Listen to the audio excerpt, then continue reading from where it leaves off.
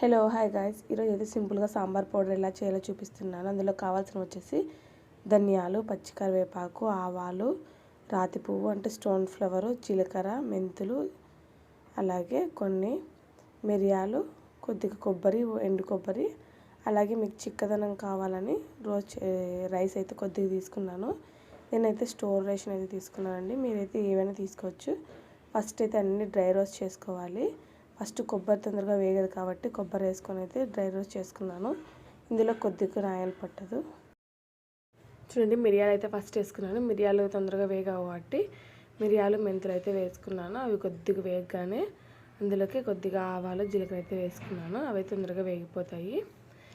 అవన్నీ వేగిన తర్వాత లాస్ట్లో అయితే రైస్ వేస్తున్నాను. రైస్ తొందరగా మాకు బ్రౌన్ అయిపోతుంది కాబట్టి కొద్దిగా లేట్గా అయితే వేస్తున్నాను. చూడండి, అవి కానీ అన్నీ మగ్గిపోయాయి. ఇంకా లాస్ట్లో స్టవ్ ఆఫ్ చేస్తామనంగా స్టోన్ ఫ్లవర్ అయితే వేస్తున్నాను.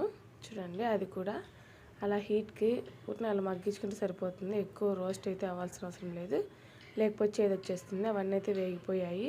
ఇప్పుడైతే పక్కన తీసేసి పెట్టేసుకున్నాను. ఇది వచ్చేసి పచ్చి కరివేపాకు అనేది మనకు ఇలా అయితే ముట్టుకోగానే ఇది మెదిగిపోవాలి. ఇలా అయితే వేయించుకోవాలి.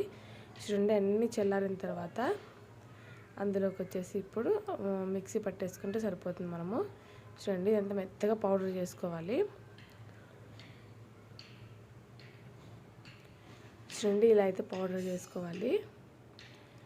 అరోమా అయితే సూపర్గా ఉంటుందండి. మీరు కూడా ఒకసారి ట్రై చేసి ఎలా ఉందో కమెంట్ చేయండి. టేస్ట్ అయితే చాలా బాగుంటుంది, సూపర్గా ఉంటుంది. I hope you like this video. ఈ వీడియో నచ్చినట్లయితే please like, share and subscribe guys. Thanks for watching.